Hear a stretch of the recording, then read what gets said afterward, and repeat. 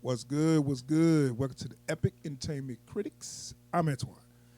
All right, so I went to see Guardians of the Galaxy Volume 3 yesterday, and I wanted to get a review in yesterday. I didn't get time. But so I'm going to go ahead, knock this review out real quick. I got to go to work today, too.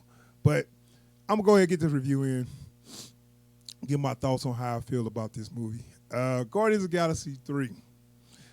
First off, it was good. I had a lot of fun with it. I'm on record. I love the first one. Like, the first one, was one of my favorite Marvel movies, especially that year. 2014 was a good year for comic book movies in general. But Guardians was such a surprise hit. It was funny. And, I'm a big fan of sci-fi. And so it was like a good blend of, comedy, sci-fi, good space adventure. So I had a lot of fun with that first one. Second one, I wasn't crazy about. I think they went too far with the jokes. And I just like, okay. And it was too much character-driven to me for a movie that's about the galaxy. It was all about one person feelings, and I was like, oh, man, that's kind of getting on my nerve, So second one I wasn't crazy about. It was good stuff when I went back and watched it. I did like it better when I went back and seen it again, but I still, on the whole, wasn't crazy about it. Now, this was a lot better than that second one. Same tone, but it was more story driven with some character moments. So that's what I was looking for. Story driven with character moments, not just character driven. When some Guardians of the Galaxy, you got more stuff at stake than your feelings. I feel like that's dramas. You know what I'm saying? We say that for the dramas. So I thought it was real good, man. I had a lot of fun with it. It was still funny, and all the sci-fi stuff was good. I'm about to say science fiction. The special effects were good. It was a good cameos. Nathan Fillion had a cameo in there. It was a little more than a cameo because he was kind of like it was a supporting role, but he was funny. He was himself. He was his smug self. But so, yeah, I'm gonna go ahead and show this trailer for anybody who, and this is a short trailer. It's not a long trailer. I'm gonna show this quick trailer if anybody want to get a quick kind of view of what Guardians 3 looked like. If anybody wasn't 100% familiar, so let me start this trailer, and then I'm gonna come back with my full review. I'm gonna tell you something. I'm Star-Lord. I formed the Guardians. Met a girl, fell in love. That girl died, but then she came back. Came back a total dick. Oh, please. He left out some important information, but that is the gist of it. I get the same old dreams, same time every night. Fall to the ground and I wake up. My sacred mission Is to create the perfect society. He didn't want to make things perfect. He just hated things the way they are. Since you've been gone, since you've been gone, out of my head can't take it. I want you all to know that I'm grateful to fight beside my friends. Incinerate them.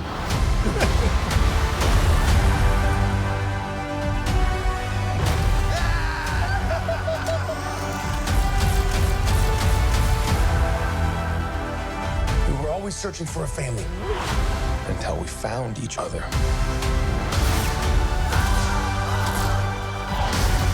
Are you ready for one last ride?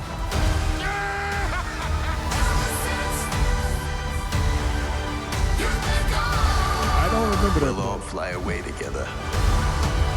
Into the forever and beautiful sky. Since you've been gone, since you've been gone. was that you were in love with? It sounds more like her. Her? That's ridiculous. Do not bring me into this. Knock it off! What? Just never noticed how black your eyes were. They were replaced by my father as a method of torture. He picked a pretty set. That was funny. He looking like, hey, yeah, I kind of do like you. Anyway, that was Guardians 3, man. And like I said, it was actually funny. I did have a couple problems with it, and I'm gonna get to that a little later. But I had a lot of fun with it. It actually kind of looked like it was good to a point where I wouldn't mind seeing a series of this, because they kind of built that universe. They built a universe where it's a lot of stuff going on, like in the galaxy, where people, these space stations and these other planets and aliens. It looked kind of fun. Like I want to explore that more, actually, after I saw this movie. Which, I mean, they kind of shows that on the other two movies, but it's like with all this stuff, you got a lot of material to keep going with stories, with these guys.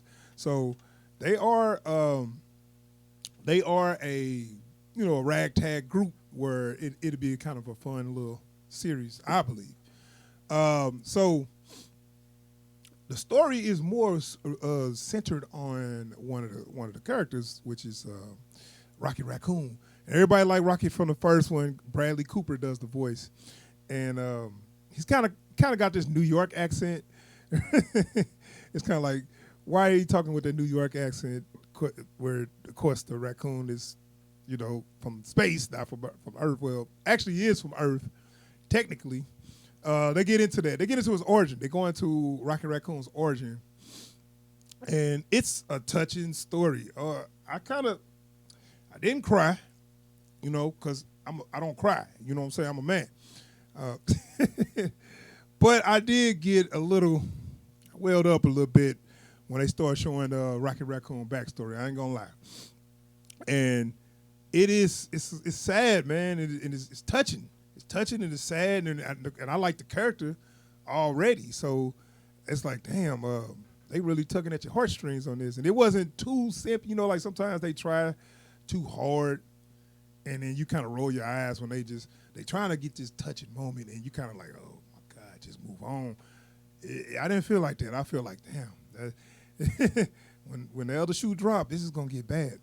But I had a good time watching it. And like I said, it was kind of centered around Rocky, because I don't want to give away the whole plot. Well, I don't want to give away nothing of the plot, but I just gonna give. It's kind of like somebody needs to. I want to try to say that without giving up the plot. They got to go on a mission to save one of the members. Put that way. And I've seen that happen in shows and movies. So that's not nothing new. But we had a lot of fun exploring this universe and the different stuff they had going on, on that journey or whatever.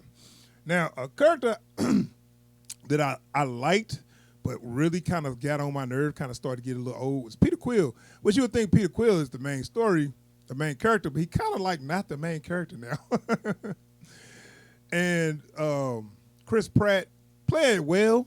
I had a lot of fun in the first movie. His jokes, he did a lot of humor from the '90s, right? So Chris Pratt is an X generation guy, meaning that he was a teenager in the '90s. So he brought a lot of that to it, which a lot of that stuff I remember. A lot of the little jokes he was doing, I definitely remember when I was a kid and stuff. But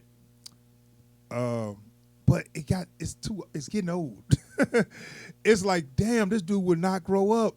And I know they said that's how the character is. He's stuck on where he was at when he got taken. Because as you know, in the first movie, he got taken when he was like 8, and he never came back to Earth. He just got memories of things from the 80s, and because he always referenced 80s stuff. He always referenced like Footloose and popular actors at the time like Patrick Swayze. Remember he said something about Patrick Swayze was a real popular actor in the 80s and the early 90s. And, cool, like that's fun. It's funny. But it's like, okay, damn, Quill, when you gonna grow up, man? You like in your late 30s now. You got to drop that shit. And I can't give you that excuse that, because, he, when he got taken, that's what he didn't grow up here. So, yeah, but you still growing up there. You got to mature at some point. But, that's Quill. I will give him one thing. He stayed consistent on that character. He's a man child, and he's always going to be a man child. So Quill will never grow up. There we go. There we go with that. But Chris Pratt, he still got a lot of charisma, so he played the role, cool. And then we talk about some more of the characters. What's her name? Nebula. I forget the actress. Yeah, she played the same way. She's I kind of like how, she integrated in the team now, and she's useful. She's strong, but she ain't got too much of a personality, but I say that's consistent with the character. Because if she started to come out and start to be like a bubbly personality, that'd be stupid. Drax, same way. I really don't like how they did Drax in this movie, actually. Drax, not dumb. They play him like he's so dumb now. But if you think about it, if you watch the first movie, he never was dumb. He had a thing where he took everything literal. That was the joke. It was a running gag where if you say something sarcastic, he'll take it literally, and that's the joke, But he's not dumb. So once he understands sarcasm and all that, and metaphors and all that, then the joke is no longer a joke. So they just went for him not from taking things literal to just being flat out dumb. And it's like, I don't like that, because now he's just so dumb. It's a joke made at his expense every time, and now that's getting old. So that was my problem. If I go to the problems with some of the movies, sometimes they'll run these jokes into the ground, and then they kind of like, let's move on, and they just like kind of keep bickering, and it's like they'll bicker for like 3 minutes straight, and it's like, okay, I know y'all trying to get a laugh, but y'all kind of running this into the ground. Let's move on with the plot, because the movie was 2 hours and 30 minutes, and they could have easily cut out about 20 minutes of just bickering. And the movie could have been a tight 210, and it actually would have been a great movie. It was great, but it could have been perfect for me if they would have cut out about 20 minutes. Let's see. Groot, same way. Groot, I am Groot. Now, I say one thing, they got Van Diesel doing the voice, and Van Diesel is, I guess he's using less of the voice modulator or whatever, because it sounds more like Van Diesel. Like, I guess he's grown up Groot now, because he was teenage Groot, now he's grown Groot. So so this is like Van Diesel's straight voice. I am Groot. It's cool. He's the same. I am Groot is just the lovable big guy that's always got your back. Don't say much, and they always run that joke off of him. He say something that we thinking, and you just hear I am Groot, and then they be like, no, we can't do that. Whatever. So same, Groot is kind of the same. He's consistent, but he's cool. I think that I am Groot. I am Groot. I think Groot kind of got. He had the he was cool because he was different, but then once you see him long enough, you're like, okay, Groot is there. Like it's like Groot is, and then Rocket. Like I said, most of the time, Rocket was it was his backstory. Most of the movie, you saw Rocket playing out his backstory, which was very, very touching. I'm not gonna lie, it was a touching backstory.